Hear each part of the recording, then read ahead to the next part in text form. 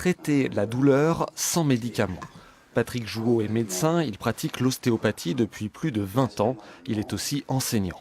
Ses mains recherchent les blocages entre deux os ou de tissus, puis elles libèrent la mécanique du corps pour lui redonner sa mobilité. En regardant avec ma main comment elles s'enrichissent, mes doigts sont accrochés au niveau de la 4e, 5e cervicale. Voilà. Là, il y a quelque chose, je descends, pouf, là je m'arrête. Donc là, il y a Je peux vous dire que c'est vrai. Il y a vraiment un problème ici.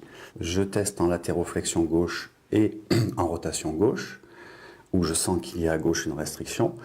Ma main cervicale contrôle simplement le mouvement et ma main crânienne va inverser les paramètres et amener la tête, le rachis cervical complètement en extension.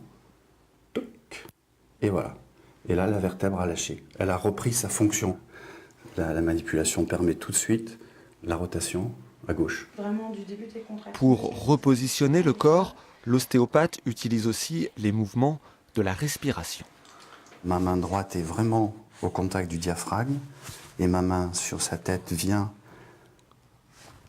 compacter les tissus. Voilà.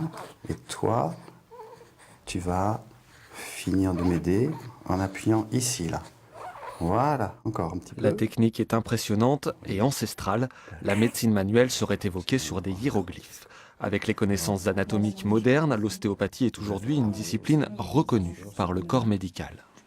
L'ostéopathie, c'est nécessairement associé à toutes les thérapeutiques que nous pouvons prescrire.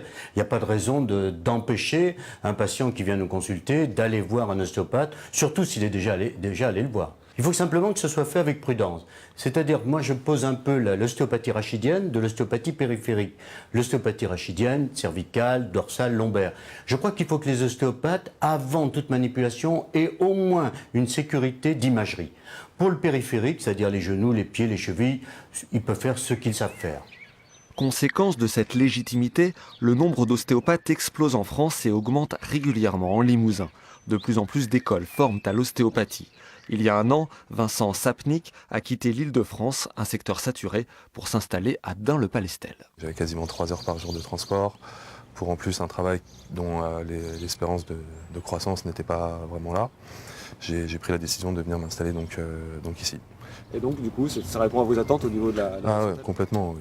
Oui, j'ai une croissance que je n'aurais pas cru pouvoir avoir. Et j'ai une qualité de vie qui est vraiment différente que quand j'étais à Paris, oui. Face au nombre, comment choisir un ostéopathe?